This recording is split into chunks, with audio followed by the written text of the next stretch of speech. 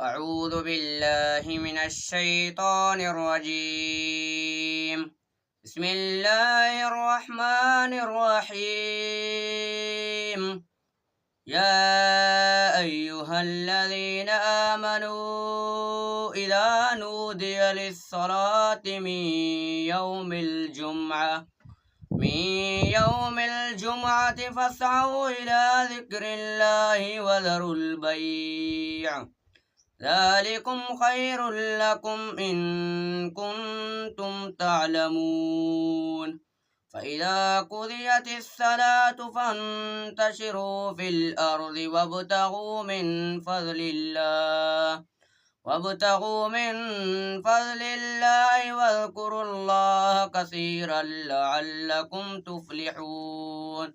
وإذا رأوا تجارة أو لهوا انفضوا إليها وتركوك قائما.